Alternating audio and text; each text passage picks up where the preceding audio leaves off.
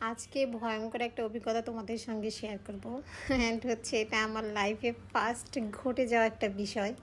তো ভাবলাম যে তোমাদের সাথে একটু করে শেয়ার করি। তো hello everyone, welcome to my another blog. সবাই কেমন আছো?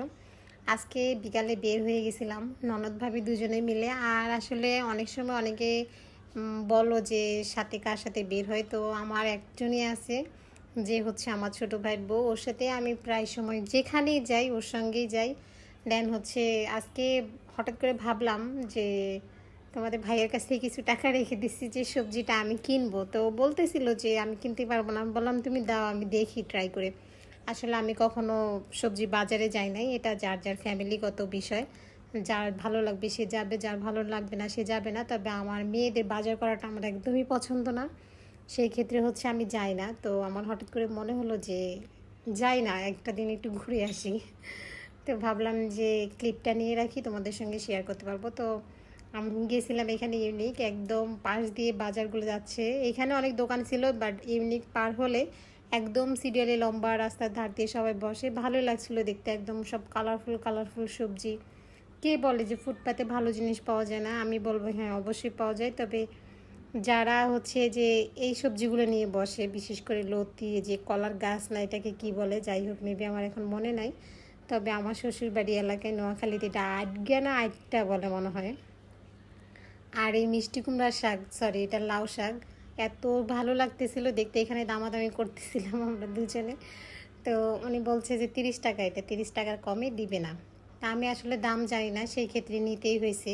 আমি এখন এটা কমছে না বেশি হয়েছে বাসায় এসে বুঝতে পারছি তোমাদের ভাইয়া আসার পরে যে না, এটার দাম 30 টাকায়। অথচ কিন্তু এখানে লাউ শাকের 3টা ডাল ছিল, আর এই ডাটা বিক্রি করতেছিল হচ্ছে কত যেন বলছিল। ও হ্যাঁ, বলছে 2টা নিলে 20 টাকা, আর একটা নিলে 15 টাকা। তো বাঙালি জাতি ভাই, যেখানে সস্তা পাবে সেখানেই যাবে। তো আমরা 2টা নিছি। নেওয়ার পর এখানে চাচাকে দেখছিলাম যে মিষ্টি কুমড়াটা মাপ দিতেছিল, মাপ দিয়ে দিয়ে কেটে রাখছে, মনে হয় মেবি পিস হিসাবে বিক্রি হবে। তো আসলে সবজিগুলো খুবই সুন্দর ছিল। আর এইখান থেকে হচ্ছে আমরা এই কলার এগুলো নেওয়ার জন্য ঘুরতেছিলাম যে কোথা থেকে নেওয়া যায়, কোথা থেকে নেওয়া যায়। গতকাল মানে এই ভিডিওর আগের দিন হচ্ছে গিয়ে এটা নিয়ে আসছিল। নিয়ে আসার পর এখন আমরা ওনার কাছেই আবার গেছি। যাওয়ার পরে বলছি যে চাচা আপনি দেখে দিয়েন যাতে ভালো হয় গতকালের মতো। তো বলছে ঠিক আছে।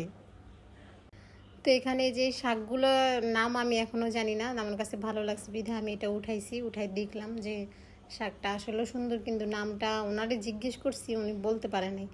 মানে উনি জানে না বা হয়তো বলে নাই, যে কোনো একটা হবে। তো আমরা এখান থেকে এটা নিয়েছি 4টা, নিয়ে দেন হচ্ছে আমরা বাসায় চলে আসছি। তবে বাসায় আসি নাই, এগুলা নিচে রেখে দেন হচ্ছে আমরা গিয়েছি একটু বিউটিশিয়ান করতে। যাই হোক, দিন শেষে কিন্তু নিজেদের সুন্দর রাখাটাই সবচেয়ে মেয়েদের আমি মনে করি বেটার কাজ। তো ভালো থাকো সবাই।